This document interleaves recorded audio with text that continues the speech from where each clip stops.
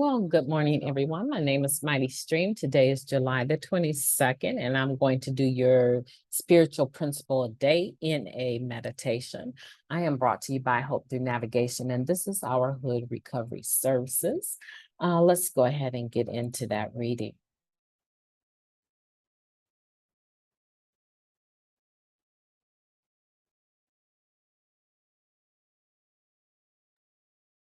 July 22nd. Extending a thoughtful welcome, page 211. It may be helpful to remember what made us feel welcome and what made us feel uneasy or alienated when we first came to meetings.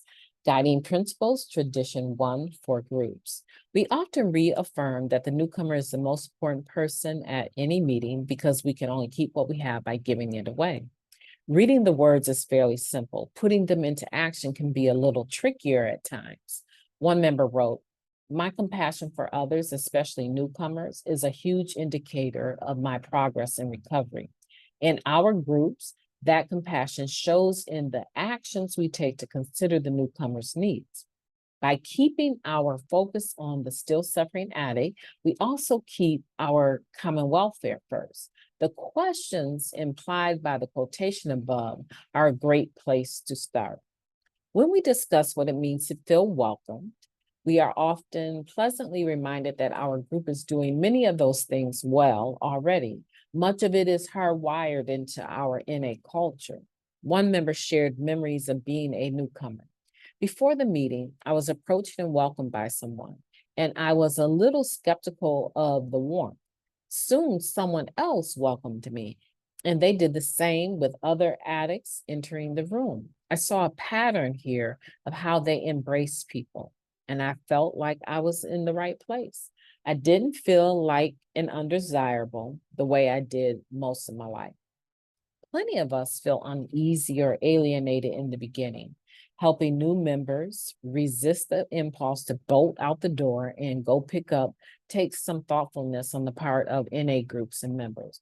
Although we can't eliminate every possible excuse a newcomer might use to leave, we can consider our actions and our group's atmosphere of recovery through the newcomer's eyes. Some thoughtful reflection helps us identify what made us feel welcome and how we might do the same for others. The simplest gesture can have the most power. I will practice thoughtfulness to make sure the newcomer is always welcomed. What a beautiful meditation. And I think it's one that we can all reflect on because the group is made up of the members. And you're a member when you say you are.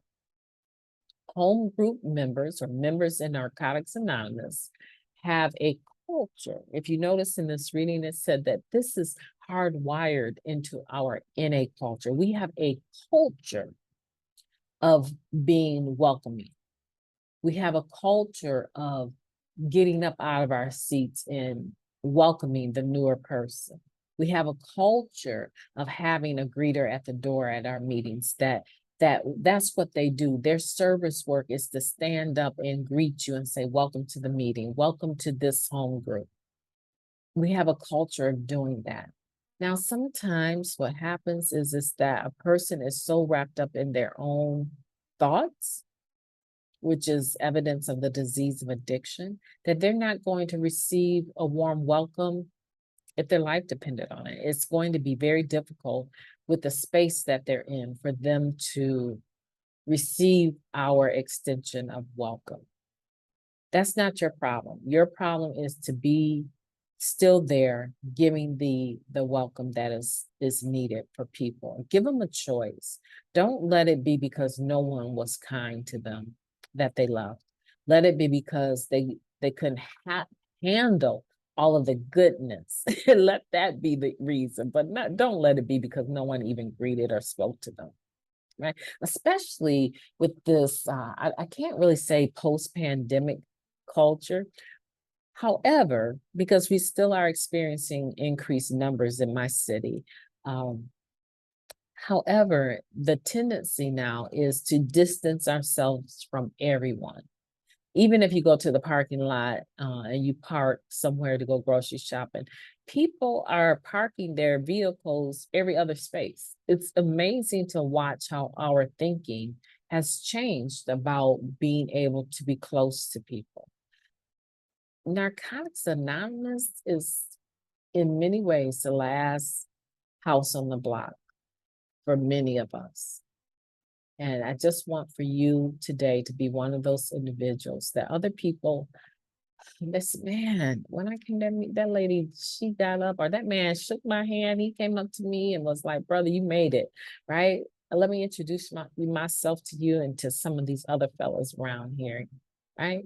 And let that be what newcomers have to say about their experience, just what we read in here today.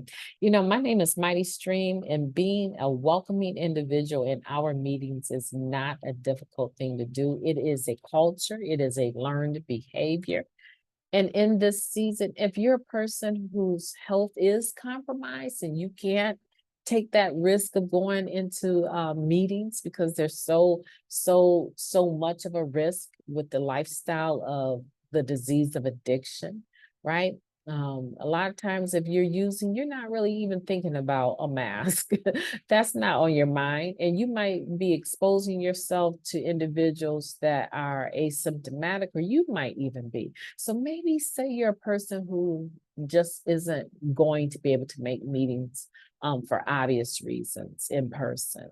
Maybe you're a person that can be a part of the step writing system for individuals that are in jail or prison.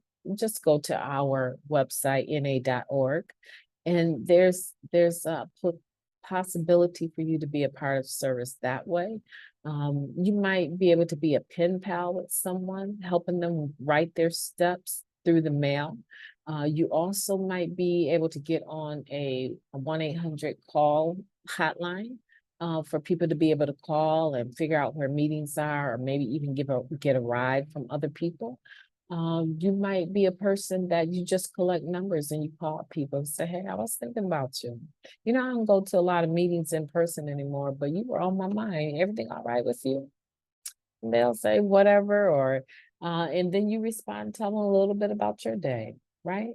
So don't give up on being the welcoming individual just because you don't make meetings anymore, right?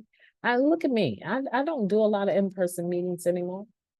And I don't feel bad about that, right? Because I am protecting my family and my health, right? And so there's things that I am doing though that I am enjoying being a part of. And this podcast is one of them.